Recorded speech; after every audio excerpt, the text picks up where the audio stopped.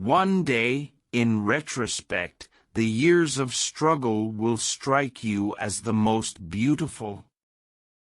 Most people do not really want freedom because freedom involves responsibility, and most people are frightened of responsibility. In the depths of my heart, I can't help being convinced that my dear fellow men, with a few exceptions, are worthless. Whoever loves becomes humble. Those who love have, so to speak, pawned a part of their narcissism. It is that we are never so defenseless against suffering as when we love, never so helplessly unhappy as when we have lost our loved object or its love. The behavior of a human being in sexual matters is often a prototype for the whole of his other modes of reaction in life. Where the questions of religion are concerned, people are guilty of every possible kind of insincerity and intellectual misdemeanor. Unexpressed emotions will never die. They are buried alive and will come forth later in uglier ways. Religious doctrines are all illusions, they do not admit of proof, and no one can be compelled to consider them as true or to believe in them. It is impossible to escape the impression that people commonly use false standards of measurement, that they seek power, success, and wealth for themselves and admire them in others, and that they underestimate what is of true value in life.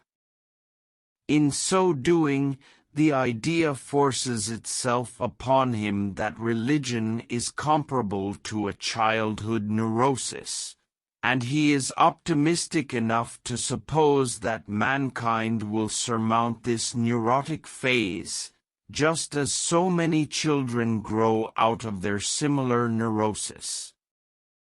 Quite magnificent when equipped with all his accessory organs, but they do not grow on him and they still give him trouble at times. Future ages will produce further great advances in this realm of culture, probably inconceivable now, and will increase man's likeness to a god still more. No, our science is no illusion. But an illusion it would be to suppose that what science cannot give us we can get elsewhere. The virtuous man contents himself with dreaming that which the wicked man does in actual life. Life, as we find it, is too hard for us, it brings us too many pains, disappointments, and impossible tasks. In order to bear it, we cannot dispense with palliative measures. There are perhaps 3 such measures, powerful deflections, which cause us to make light of our misery, substitutive satisfactions, which diminish it, and intoxicating substances, which make us insensible to it. Words have a magical power. They can bring either the greatest happiness or deepest despair.